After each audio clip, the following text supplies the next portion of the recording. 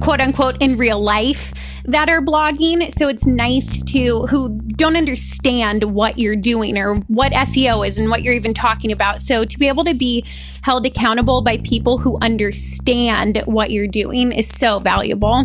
Absolutely. IRL. In real life. I used that phrase earlier today. That was Trevor and Jennifer Debth, and this is episode 93 of the Chopped Podcast.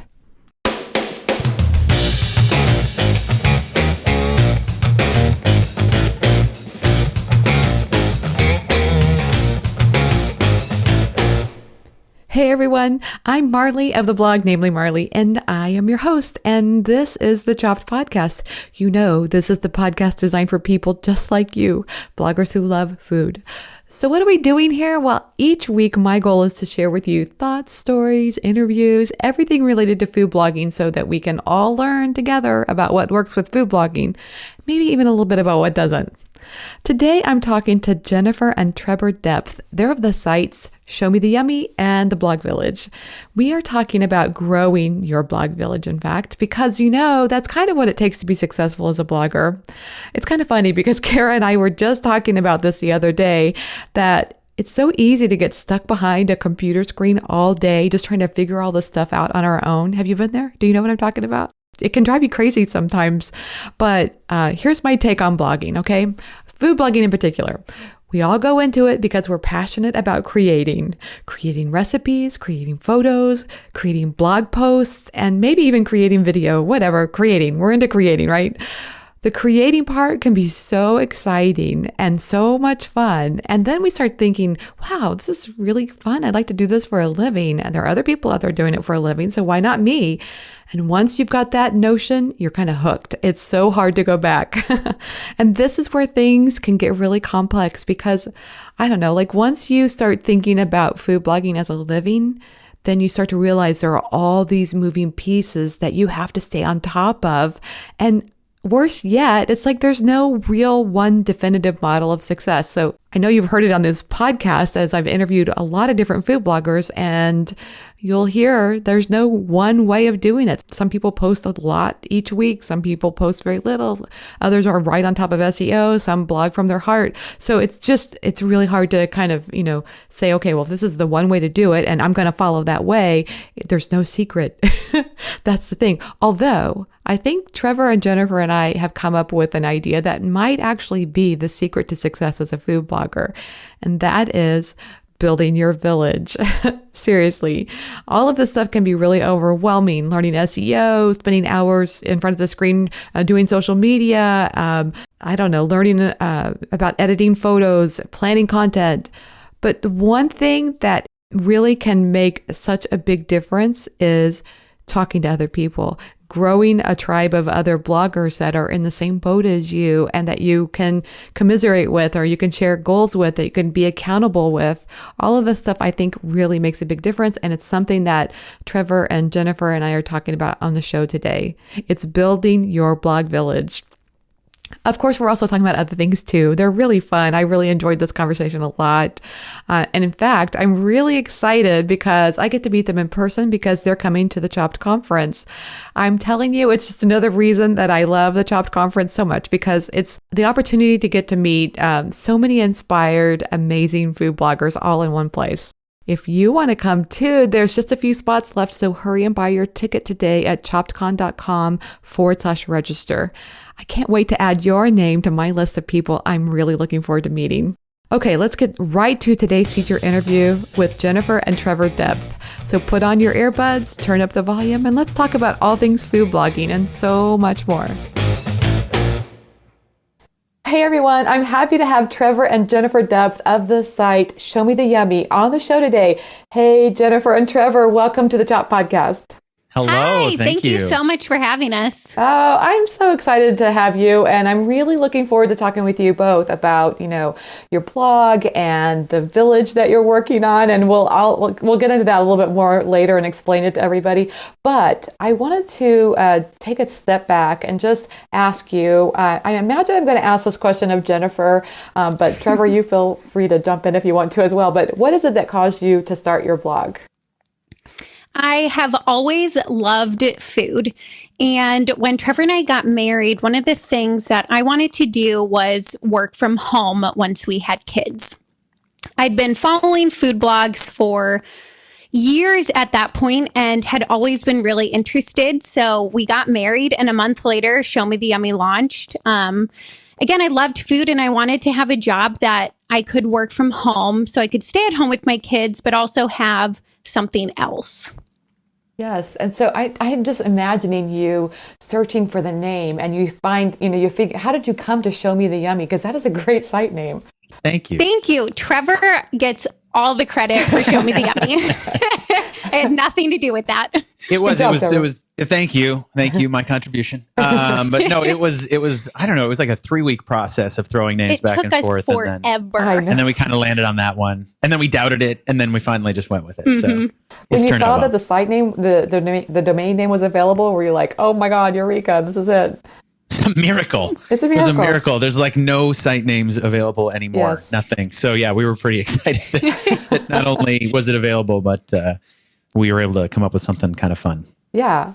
And so it sounds like, though, you didn't start this as a hobby blog. You really started this with the mission of, we want to turn this into a revenue generating business for us.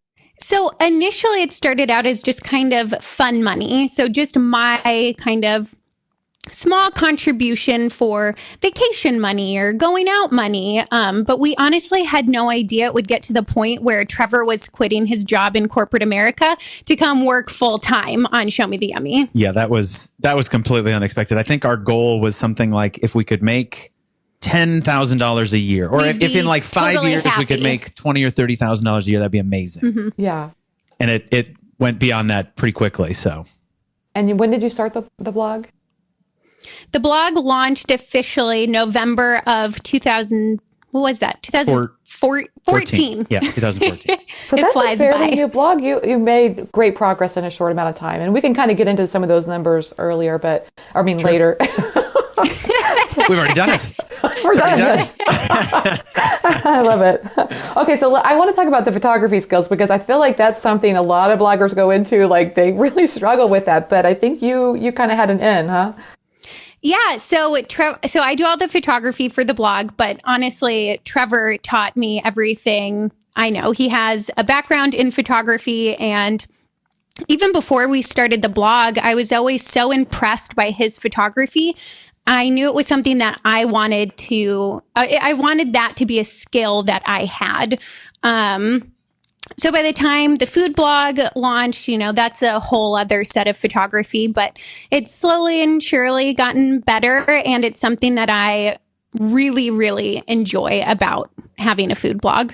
What do you enjoy about it? Because you feel artsy, or what is it? It's so creative, and it's just cool to set up a scene that might not necessarily look like something very cool. Yeah. And you look through the lens and it just becomes this whole scene, and there's a story behind it. And it's just very creative, and it's just creative. I love it.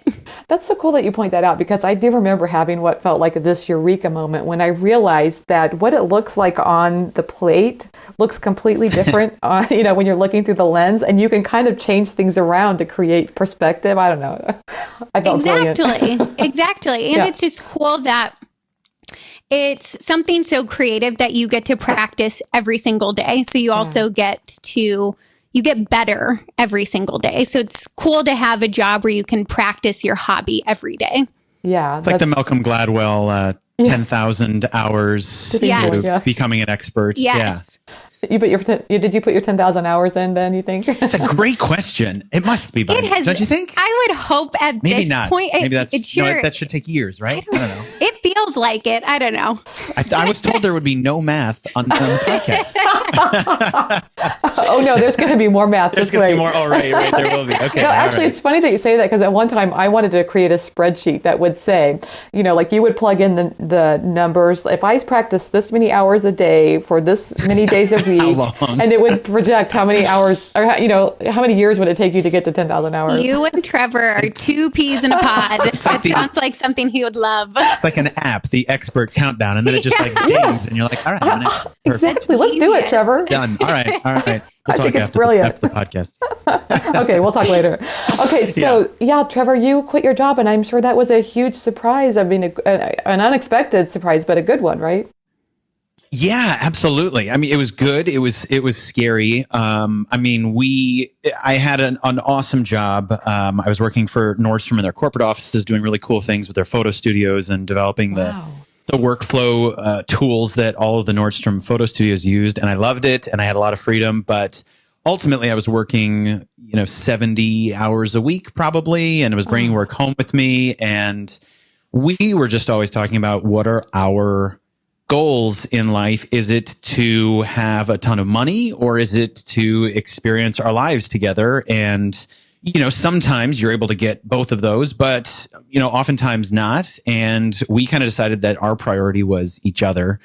And so, we were looking at the spreadsheets as the blog was growing, because it definitely was not an easy decision. I quit in June of 2015. So that was about 7 or 8 months into the blog. And we made $900 that month, which was a lot less than what we needed to be bringing in. So it wasn't like just clear, but we decided that we're going to take the risk. Yeah, we're going to take the risk. We're in a good place in our lives. We don't have kids. We don't have a mortgage. We don't have any debt. If we're going to take a chance, this is probably going to be the time. Now is the time to do it. Yeah. And so I quit, and we just started diving in full on with the blog. That's when we started adding videos. Yep, that's when we started adding video, because we finally had some extra time where I could sort of focus on that.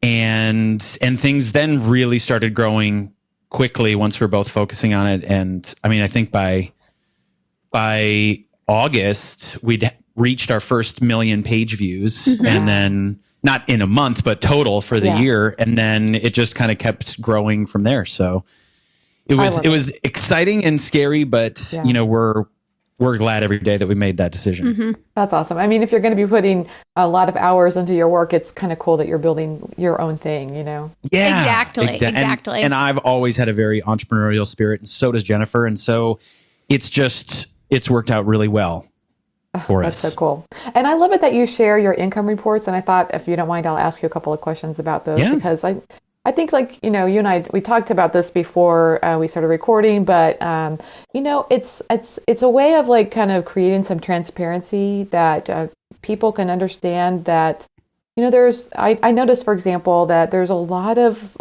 give and take and flow to your income reports. Like, some months you make, several $1,000s, and then, it takes a step back and kind of reduces and goes up higher.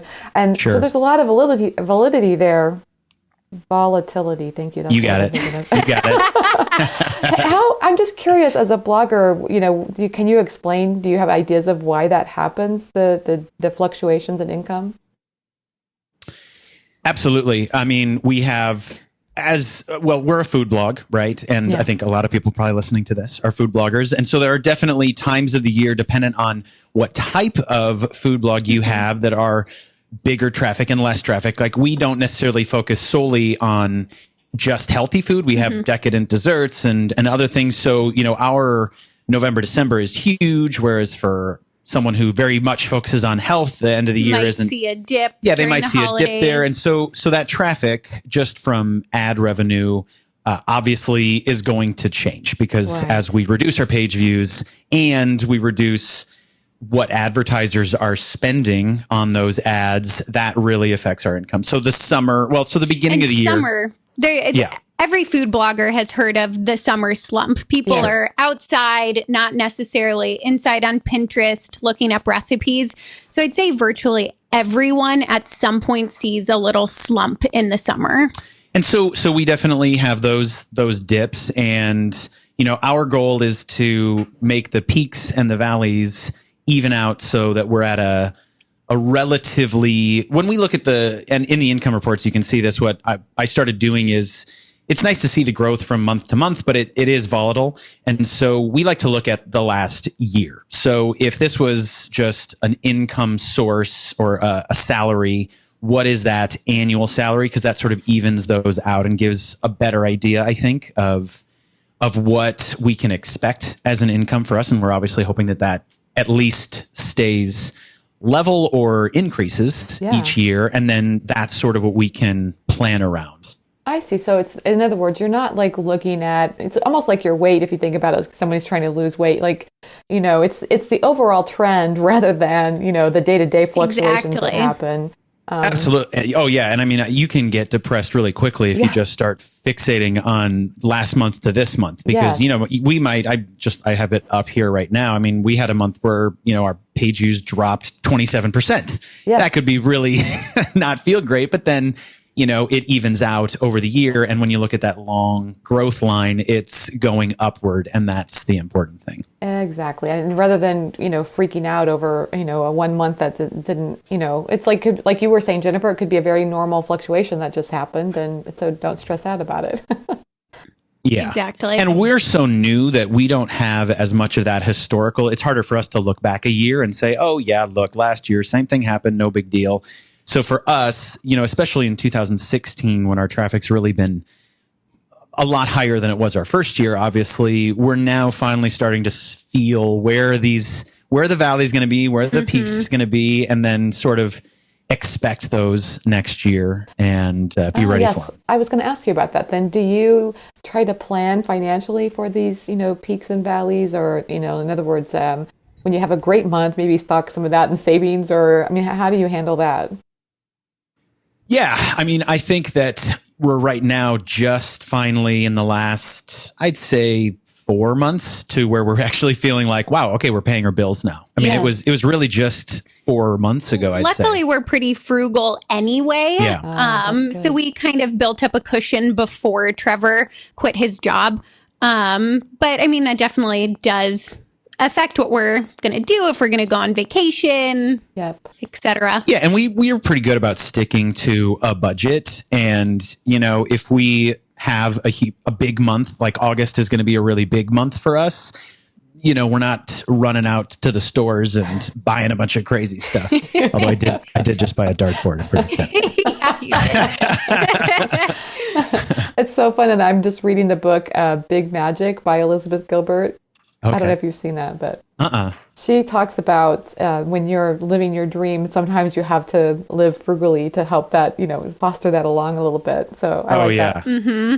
She talks about shopping at thrift stores or whatever it takes to, to live frugally to make that happen. Yeah. Well, and it's those sacrifices that, hopefully give you the perspective that make you appreciate it more when it comes. Exactly. We hadn't bought clothes in like a year. Well, we stocked up on a couple boxes of boxed wine before Trevor quit his job, just to make sure. No shame. There was a deal. It was a good 5 deal. boxes for 33% off. How do you? Come on. You can't pass that up. Who's with me? You got to take advantage of those deals when they come along. You do. So I noticed that in March of 2015, you had around 62,000 page views. And then of March of 2016, you had around 304,000 page views. And that is really a huge improvement. I was just curious when you're thinking about that year, are some things that coming to your mind that, helped you make that big leap? There's so many factors that go into it. I was going to say we're really aggressive on social media. There's a few parts of it. There's producing great content, but once you have the great content, you need to be promoting it on social media so people can see that great content and can repin it and share it with their friends, and networking with other bloggers just to be a part of the community. And then adding video has been huge for us for social reach. And let me break down, because whenever I was listening to these, when we were, just kind of starting, everyone was always like, you got to make great content. Well, so let's break down what is that, right?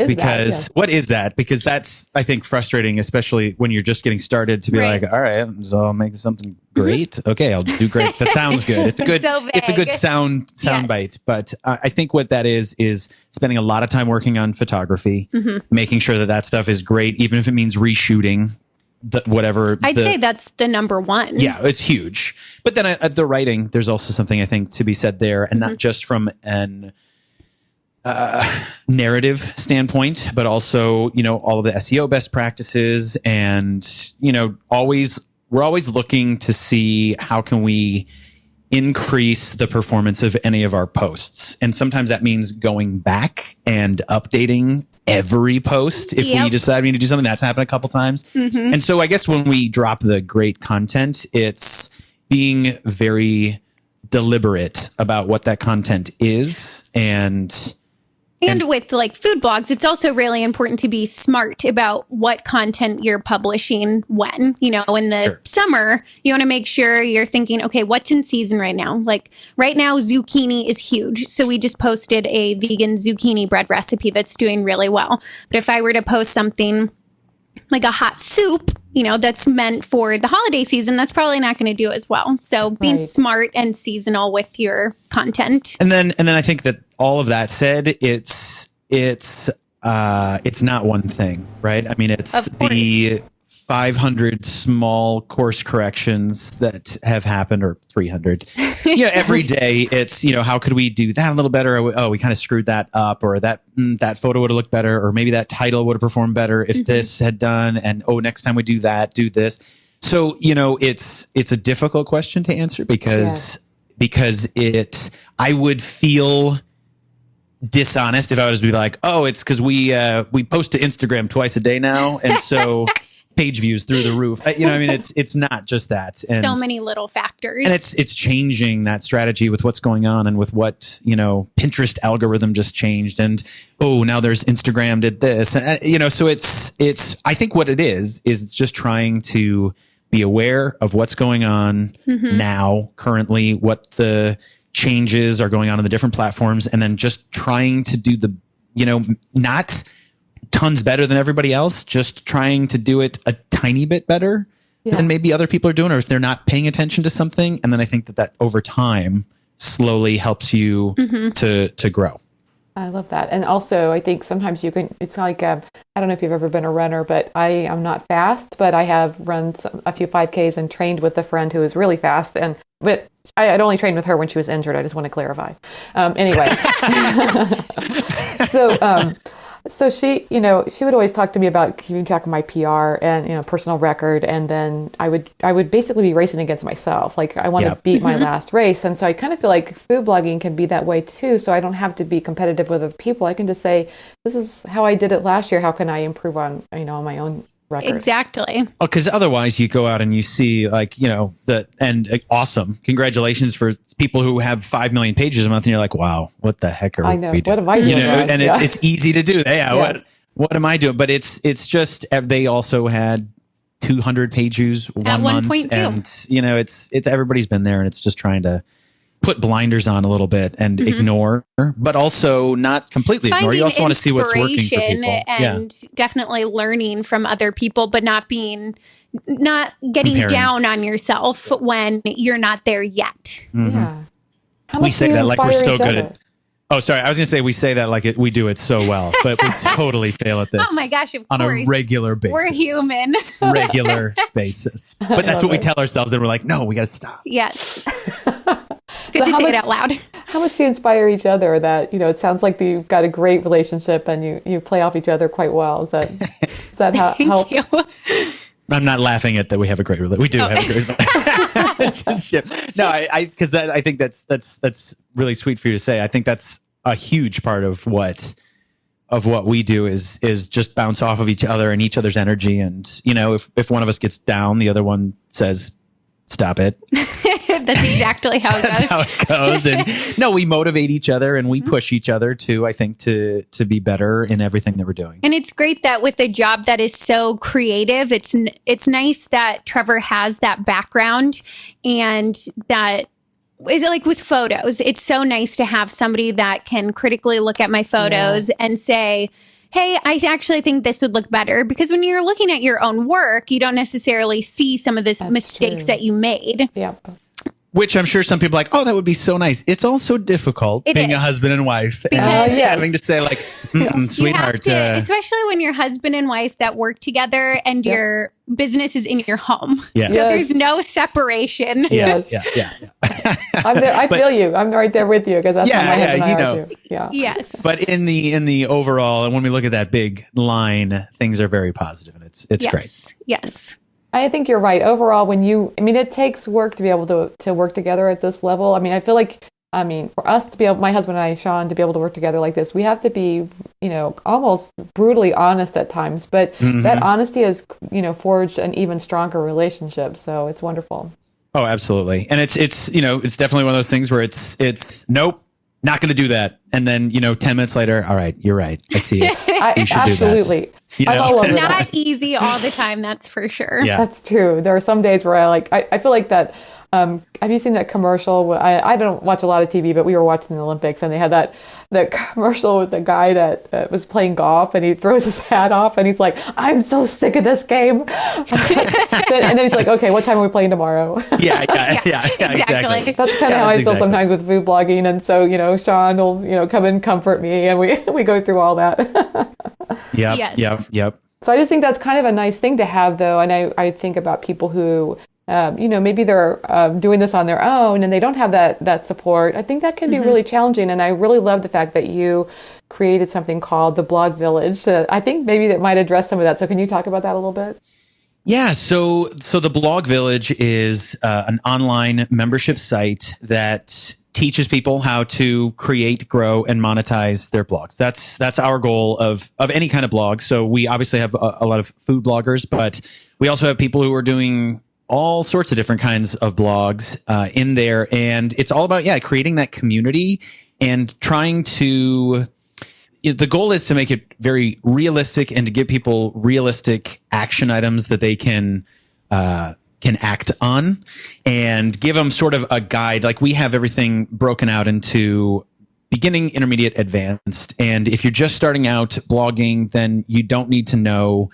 And I don't want you to spend time going through an entire Google Analytics course where we go in depth about how to analyze all of your traffic because you don't have traffic yet and you're not going to for a while. So skip that, get it set up, get it installed, and then we'll come back and we'll deal with that a little while later. And then for the people that are more advanced, it's how do I take what I'm doing now and enhance it and give some people some monetization strategies for maybe creating an online media kit is one of the mini courses that we have, and improving. It's about that separating yourself, that small percentage above maybe what everybody else is doing to make you stand out, right? I think that especially now more than ever, it's important that you stand out a little bit. And so I think that, we range from people just starting their blogs, but then also as people have more experience, it's how can you be one of those people that's standing out from the crowd? And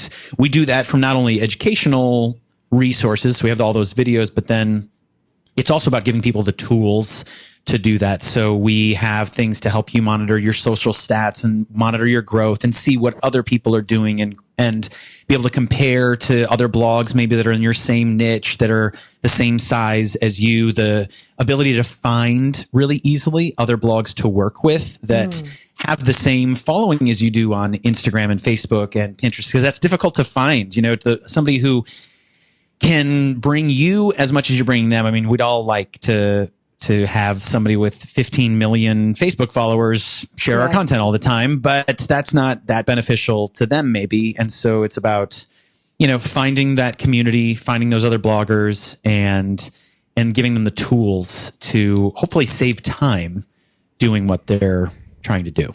I think that sense of community is so important because I think a lot of people, like I was saying earlier, they feel isolated in some ways. And so being able to get in and, communicate with other people and hear their stories and find out what's working, I think that's so huge.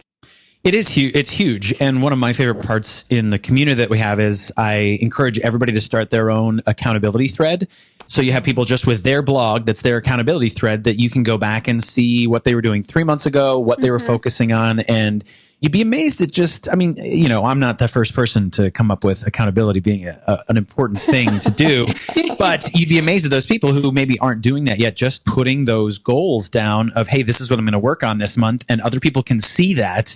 So, gosh, I better really get that done. It's been really big for a lot of people, and that's been a really positive part of the community that I love. I love that, because I was going to ask you if you did the income reports as a way of like your own accountability, and maybe that may be what you're encouraging other people to do. Like if they don't want to do income reports on their blog, they can at least come into this protected environment and do some kind of accountability in there. Oh, absolutely, because it's so easy to just kind of get lost and life happens and you let things slide and they don't get done, and then you're pushing them off because well, and especially when you're blogging and you're by yourself, there's not anybody over your shoulder being like, hey, come on, you were going to increase how much you were sharing on Facebook. And so it's nice to get that out there so that, you know, other people can say, hey, how did it go? And you can say, I totally sucked last month, I didn't do it. And they're like, that's all right. I know what you're feeling. You can do it, you know, and support each other and encourage each other. And it's just nice with these communities is that you're talking with people who understand what you're doing. Yeah. You know, most of us don't necessarily have friends in, you know, quote unquote, in real life that are blogging. So it's nice who don't understand what you're doing or what SEO is and what you're even talking about. So to be able to be held accountable by people who understand what you're doing is so valuable.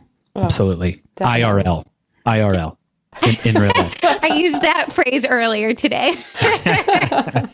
Okay, so tell me what the difference is. I mean, like if you were to talk about these 3 levels, you talked about beginning, intermediate, and advanced. What are the differences that you're seeing between the bloggers at those 3 different levels? You know, it's interesting. I think that some people really enjoy going through it that way. And I guess this is one other thing I didn't touch on. Some people really enjoy going through it as like beginning, intermediate, advanced, and I will just go through my checklist. You know, the checklist mentality, people love that. Jennifer's a big like checklist. She likes going through her list. Love my list. And then some people like just jumping into the whole course and not doing it that way. And so it's interesting. I see both sides of it. I see people who are like dedicated. They're like, I'm getting through this month. I'm going to get through all the beginner videos. And the next month I'm doing all the intermediate. And the next month. And then there are other people, and again, you know, it also depends on where people are in their blogging journey and how much experience they have. And, you know, there might be something very specific. Like we have a lot of people that come to us to learn video and how to edit videos and how to shoot food videos. And so they may just go to the Adobe Premiere course and the shooting video course and really go through those. But I think what I've seen more than anything is, and this is a tough one that I think is very valuable, but I think it's very easy after you've been doing something for a while to think you know it all and there's nothing else to learn. Mm-hmm. And I think what we see, the people that are getting a lot of value is the people who maybe think that and come in and they kind of do their couple courses, but then, you know, they might say, oh, well, yeah, maybe I would like to learn about Google Search Console, formerly Google Webmaster Tools, a little more, because I guess I don't really use that. And why would I use that? And I never even thought to use that. And so then they kind of start, if they go through the levels, you kind of start finding some of those things that you may not have just gone into it saying, oh, I'm going to go learn about this, because, you know, you might not think you have to, or maybe you never saw the value in it. And I think that's kind of what we see a lot is there are different. It's just like blogs. I mean, everybody's so different that they attack things in such a different way. And we see it shift too, you know, that some people will kind of just go into courses and then they jump back and actually just start going through it in order then once they've kind of started to see that. So that's been fascinating to see, I think, is just the difference in how people work through things. Mm-hmm. Oh, that's cool. So I imagine people would get into your village and be able to click on, you know, I don't want to just harp on Google Webmaster Tools, because that may put some people to sleep, but you know, if you are someone who's been interested in using Webmaster Tools, though, it's hard to find resources that can help you understand it, at least from a food blogger's perspective. And so I would think there would be some great value in that, and Google Analytics and shooting videos and all of these things.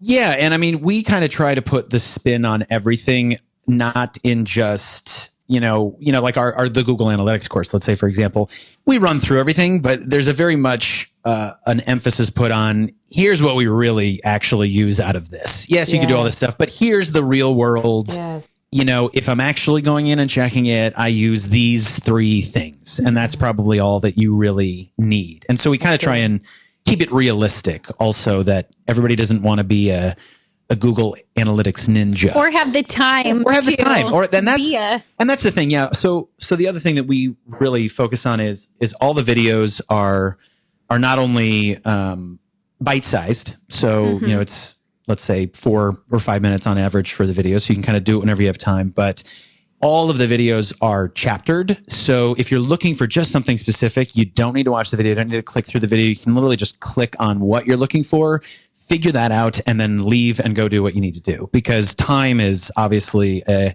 huge commodity for anyone blogging. And there's always something new that you need to spend time doing, Instagram stories. And, and so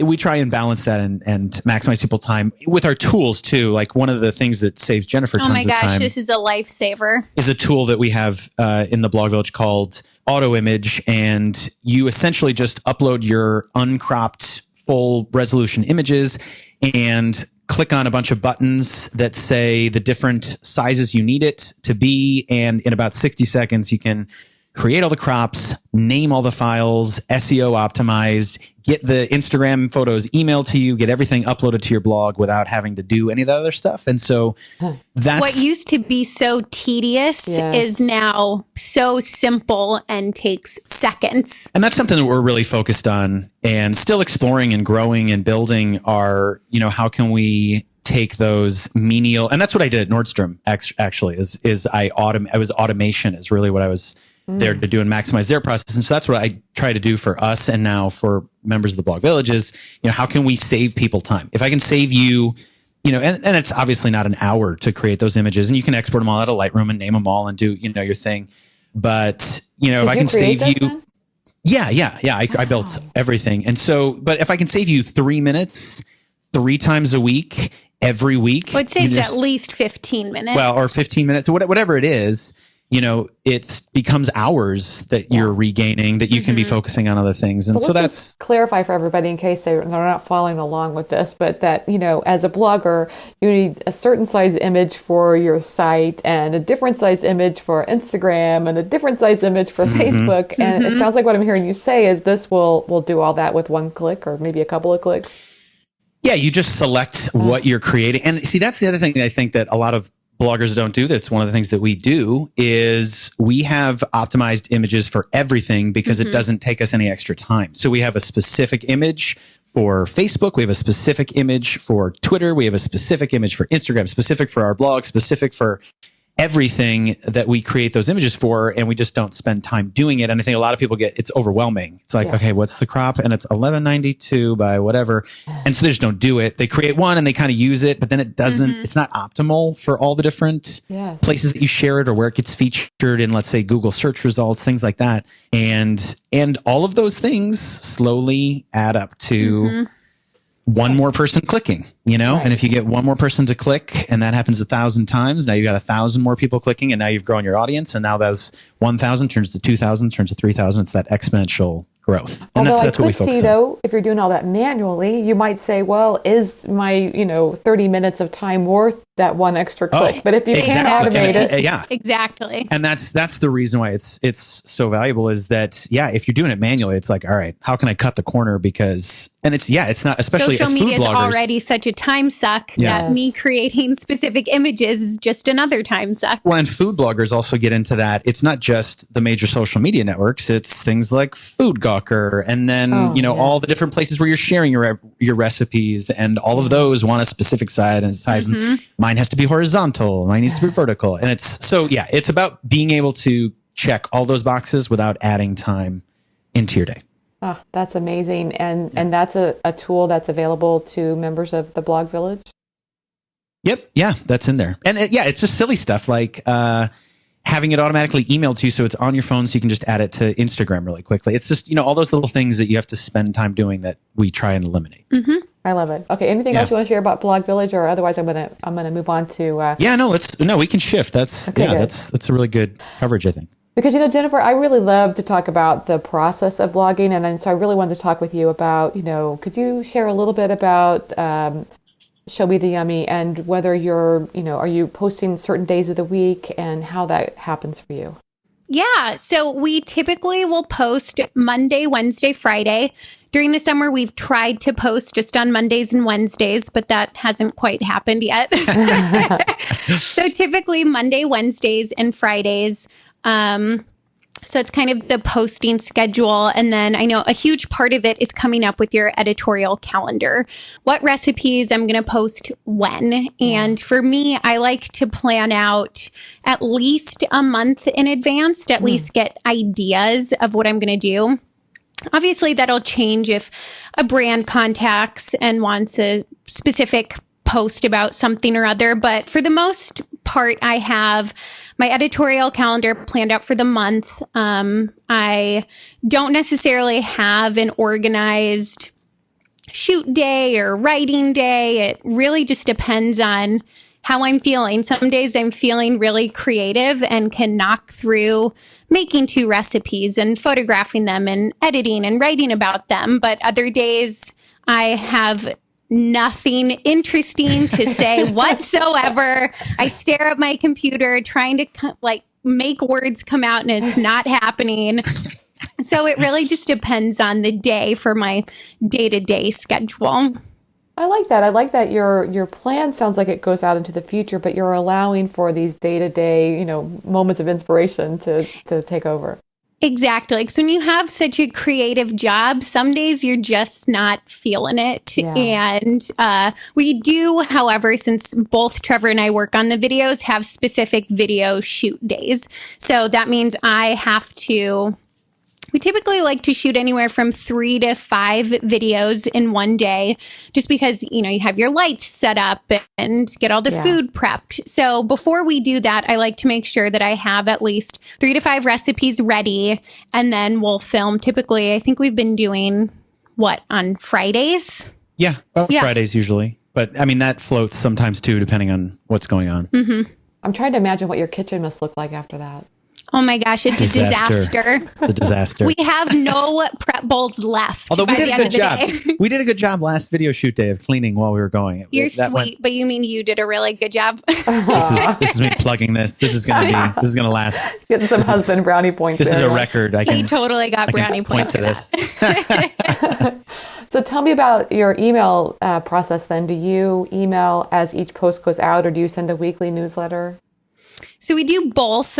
So we typically, our posts go live 2 a.m. Is it Central Time? Or 2 a.m. Central Time. And then an email goes out at 10:45 a.m. after the post goes live. And then we also do a weekly newsletter that comes out on Saturday morning. Which is also it's just automated, but it's put together. It puts together all of the posts from the week. And we don't actually, it's not a specifically created email. It's just automatically a compilation generated of the recipes. 5 recipes. Yep.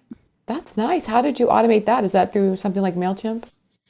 Yeah. It's through, we use Active Campaign, but we used to use MailChimp. But yeah, it's just it's a custom RSS feed that pulls up all the last 5 posts. And then we just created a custom RSS email that then, inserts those images and does it for us. Just one thing so we don't have to spend time creating it each week. Mm-hmm. Oh, that's so nice, because I think that can get very time consuming. And I do feel like reaching out to the people who have expressed interest in your site by signing up for your newsletter is so important.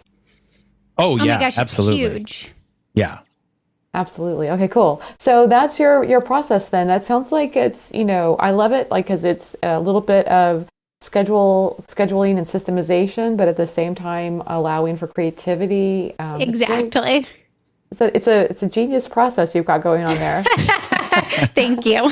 So what's your favorite, do you have a current favorite social media platform for your site?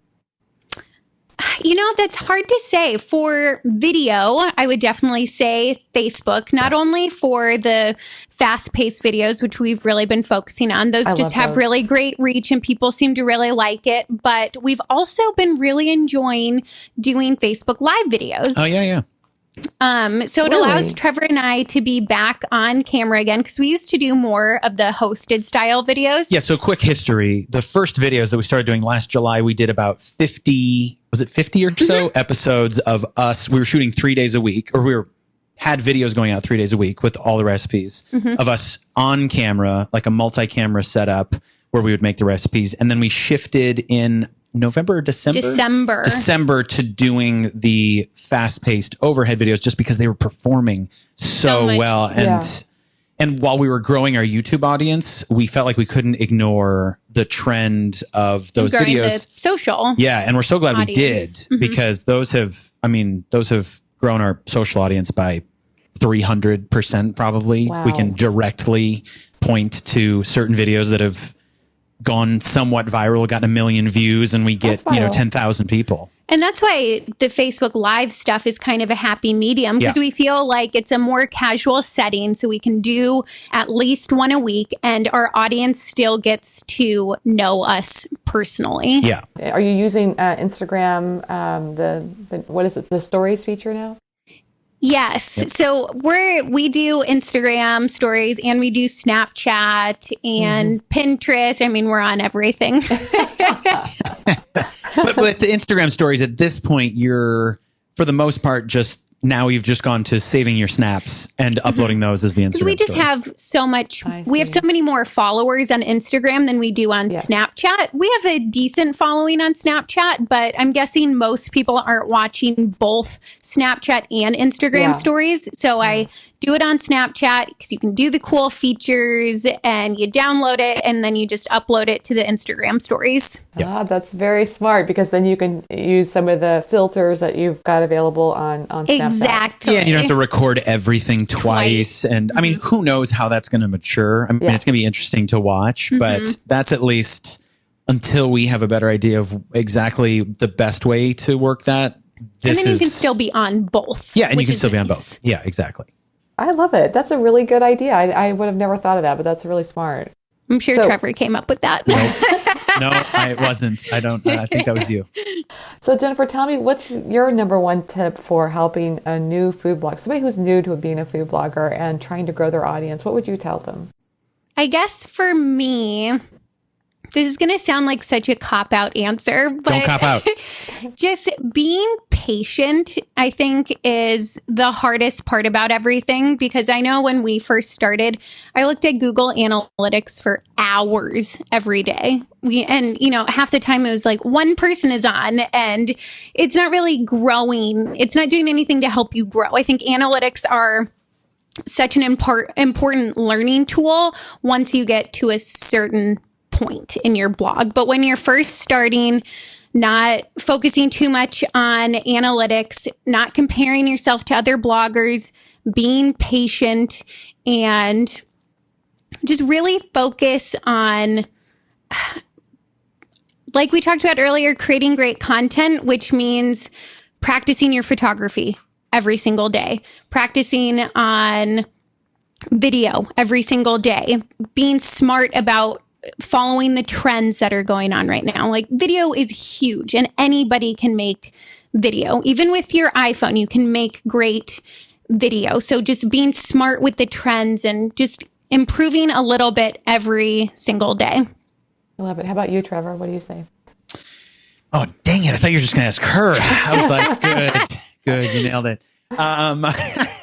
My advice to someone starting out, I agree with Jennifer there. No, I'm kidding.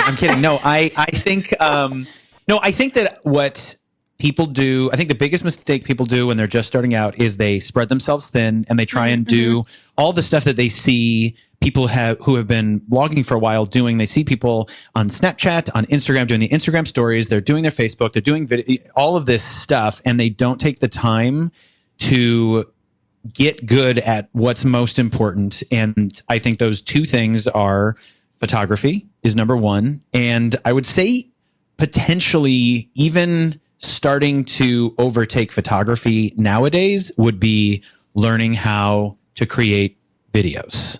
And I think they skip that part. They just want to start posting, and they don't put the importance on what the stuff looks like. I think that's important. I would say if you were just starting out and you didn't have maybe a background in those things, don't spend 20 hours of your week yet focusing on pushing your content out onto social media if the content doesn't look as good, if it's not competitive to what's out there, or it's not going to get shared and picked up and featured by a BuzzFeed and all of these things that you're hoping is going to happen with your content.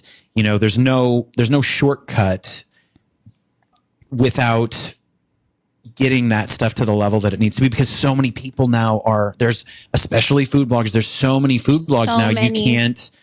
You can't skip that step. You need to learn, and you need to improve those skills. And then once you feel like you're really at a good place, or at least it's looking good, then start expanding into your social media and spending your time doing all that stuff. Otherwise, if we go back to the 10,000 hours, I mean, otherwise, you know, you're 3 years in and you've spent a total of 60 hours really focusing on learning photography, and you're wondering, why haven't I grown? And it's probably because you're not improving the quality of your photography or video or your content. Well, and one of the exercises that Trevor had me do, which I found very helpful, before Show Me the Yummy launched, I don't know how many recipes I shot before. None of it's on the blog, but just to practice. And so we would find photography that we liked and try to recreate that photo. Yes. Because I think it's exactly recreate it. Because I think until you're actually doing it, you don't really know, well, how did they set up that photo? Or, oh, I really like the light in that photo. How did they do that? Or, oh, I love the composition, or the styling is so great. There's crumbs on the board. I didn't even think about crumbs. Exactly. I see how important these little details are. So I probably did that for about a month. And again, none of this stuff ever made it to the blog. It was just for practice, just because I liked how those photos looked. And to recreate them is actually a lot harder than it sounds. You grow so much. Yes. You learn about the light and all of that good stuff. Yeah, it just it has a huge impact. It's just about dissecting and really forcing yourself to pay attention to all of those little details that I think when you're first starting and you take some pictures, it's like, why doesn't that look good? And if you have, and it's hard, I think, for people to wrap their minds around why something doesn't look good. So if you're trying to actually recreate something that you can look at and you can say, why doesn't it look like that? You really start to say, oh, well, it's darker over on that side. And they have a shallower depth of field. And, oh, they did all of these other things styling that I didn't even realize when I just looked at the photo. So I think it's a good exercise. That, and I think people technically knowing how to use their camera correctly is so important, that I think a lot of people don't actually know how to use their camera. Yeah. That's like, I feel like a lot of times it's like somebody driving without anyone telling them what all the signs mean that you're going to see, and just expecting that nothing's going to go wrong. Right. And it's like what you were saying earlier, Trevor, about go back to the beginning. Don't skip those really important steps, because 5 years down the line, you're not going to want to go back and teach yourself how to use your camera correctly and get over those bad habits that you may have been doing. Or I just think it's really important to start at the beginning to know how to technically use your camera correctly. And if you don't, it's tough, because then you'll be growing. You will be growing somewhat, but maybe much less quickly than you could be had you taken the time. Yeah. And I think that's a really good point, because your shots then can show a lack of depth that you could, if you're using all the functions of the camera, then, I mean, we've talked about this before on this podcast, that food photography is a thing that sounds really easy, and it seems maybe the first time if you just pull out your camera and take a few shots, but then as the sun changes, the seasons have different, the light looks different, or if it's a cloudy day, I mean, there's just so many variables that can make it so complicated. Yeah. Well, and you're exactly right. And the more knowledgeable you are about how to work your camera and how photography, how the various ways you can adjust your aperture, or sorry, your depth of field, and the things you can use to manipulate that, from your lens and your distance to your subject and the actual aperture setting that you have. All of these different things that can affect stuff like that help to ultimately allow you to deal with all these situations and to be more creative and more consistent. Yeah, exactly.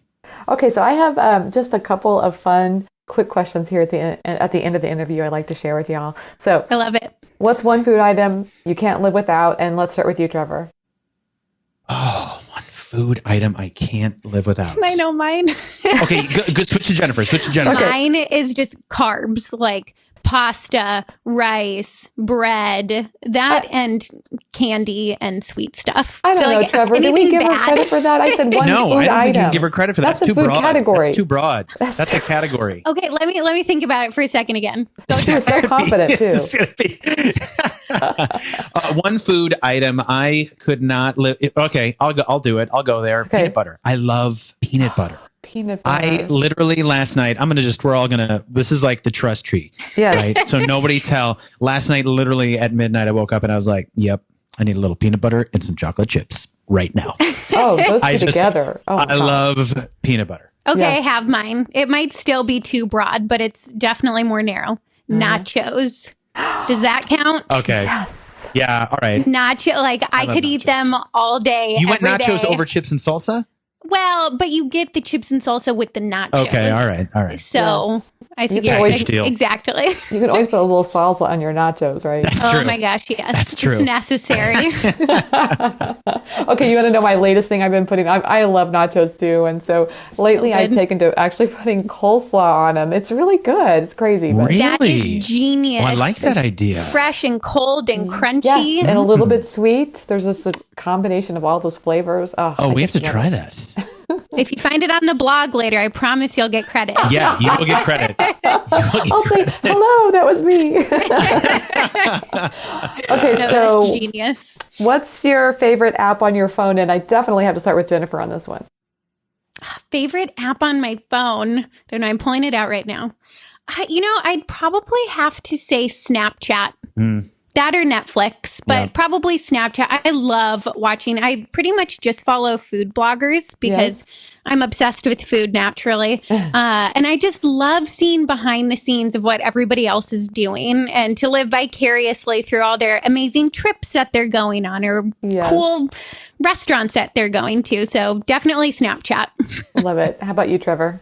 I'm laughing because mine is so lame. I have two options. One is Apple weather. Insider? No, weather. As you say, weather. I use that app, the Yahoo Weather app, just because I like to know what's going on You outside. must live in the Midwest. Since I can't go Yeah, outside, right. it's my only. I look at it and I pretend that I'm outside on the weather app, and the other one would be the Nest app, so I can adjust the temperature because in the second bedroom where I am all the time, the temperature fluctuates constantly, and so I'm turning it on and off. That's hilarious. And I know those are lame, but that's Totally. they're what I lame. use the most outside of like mail.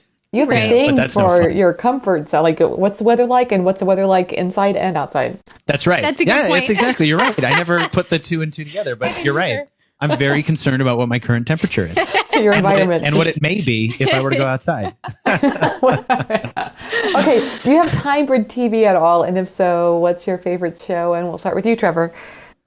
Oh, well, okay. So we just, per recommendation from We're so every late. person, we're late to the game, but I kind of like that because we can binge as much as we want to. We just started watching Game of Thrones. Okay. So we're just into season 2. We just started season 2, and that's very good. We like Game of Thrones. It's been And you really like it, huh? good. Oh, yeah. All right. It's great. It's more graphic than Jennifer was expecting. Oh my gosh, I had no idea. She had no idea. I didn't know either. It's so addicting though. The Yeah. show is amazing. Mhm. But Graphic I as would in have violent? Graphic is in, there's, it's definitely an HBO show. yes, Gotcha. there's a lot of skin lot in of Game of skin. Thrones. I think was I trying heard to think about of that. a good way to put that. Yeah. Oh, that's funny. I really like that show, but I've actually been really into all the Netflix original series. So Oh, we yeah. just finished Stranger Things, which So was good. so good. And I can't remember, Making a Murder was really good. Jessica Jones. Jessica Jones Yes, was that was good. amazing. You were just supposed to say one. You're cheating. I am really You're bad cheating. at this game. I can see that Jennifer does not like to be fenced in. She doesn't like I don't like to make rules. decisions.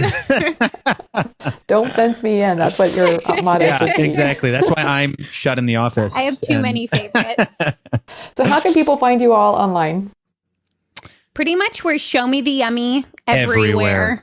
If you head to showmetheyummy.com, you'll be able to find all of our social media channels right on the sidebar on the right: YouTube, Instagram, Facebook, etc. And then Trevor is the Blog Village, pretty much everywhere. Pretty much everywhere except Twitter. But Blog Village Trev. but my social media is I'm not obviously posting nearly at the rate that Show Me the Yummy does. Yeah. Oh, and if I can plug one other thing this is new, we're just going to do, but we talked about video so much. We're actually going to be doing video workshops, teaching people how to create fast-paced overhead food videos. So I'll give you the link, and you can maybe throw that in there. But if people are interested in that, that's something else that we're just starting to do. Is that going to be on Blog the Village as well? No. This is going to be an actual workshop where people will come in, and it'll be a 2-day intensive walkthrough about Wonderful. how to edit, how to shoot, Hands-on. hands-on. Everyone will, that will have multiple stations where people will be shooting on, and really learn the ins and outs of how can I create great videos. And Because we're really excited about it. What city? it's going to be in Madison right now. While we're in Madison, it's going to be in Madison, and then wherever we end up at some point. But we're really excited about it because it's one of those things that people can very quickly monetize. We didn't talk a lot about that, but that's another thing that that has almost 2x'd how much we can make from a sponsored post when we include video, because our rate just is that much higher. So we're pretty excited about those workshops. Well, and speaking of being excited, I'm excited because you two are coming to Chopped Conference, so I get to meet you in Yes, person. we cannot wait. I hope everyone listening is coming because it's going to be awesome. We're excited. It's our first conference. So we're First conference pumped. ever. And I'm kind of glad it's ChopCon because there's no other conference that we've heard as many good things about as ChopCon. So we're pretty pumped that that's going to be our first And experience. the lineup that you have of all the speakers, we're so excited to meet all of them. And we've met a couple of them. And so it'll be nice to see some familiar faces. And we're really excited to meet everyone else. Is it sold out? Are you still selling tickets? Can We people have still a few tickets left, but it is pretty close to sold out, so I'm really excited. get in there? That's so exciting. Yes. Awesome. Yeah, everybody buy your ticket today and and we'll meet you two. Yes. All right. Deal. I love it. Okay, so Trevor and Jennifer, thanks so much for being on the show today. I had just had a thank blast. you. This was fun. Oh, so did we. We So did did we. too. This Thank you was so great. much. Thanks so much to Jennifer and Trevor Debth for being my guests on today's episode of the Chopped Podcast. Be sure to go to choppedpodcast.com to buy your ticket to the conference, learn more about today's show, and you can sign up for our newsletter to get the latest on all things food blogging. Tune in next week as I talk with Emma Chapman of the site A Beautiful Mess about how to run a multi-topic blog. If you've ever wanted to expand beyond just food as a topic, Emma shares tips on how they do it so well. Hey, I'm so thrilled to get your emails and reviews about the Chopped Podcast. It really means the world to me, and it helps the show out a lot. So please continue leaving reviews on iTunes and Stitcher and Facebook and Twitter and sending me emails. It's all wonderful stuff. You inspire me, so I hope today's show was helpful and inspirational to you as well. Thanks for listening and have a great week.